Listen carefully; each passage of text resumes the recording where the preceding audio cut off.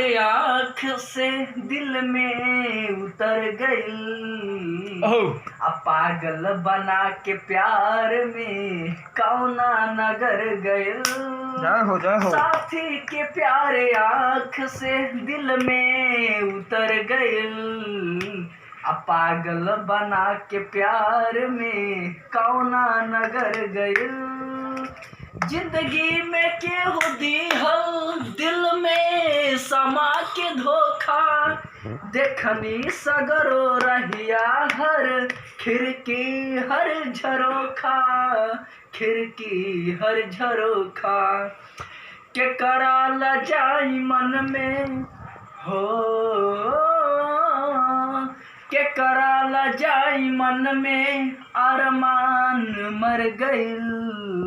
पागल बना के प्यार में कौना नगर गइल। या जहान सगरो हमारा लिए खत्म। मोरा जान लेके छोरी प्यार वाला गम। प्यार वाला गम मरले बाके हु जादू या टोना कर गइल। पागल बना के प्यार में कौना नगर गइल।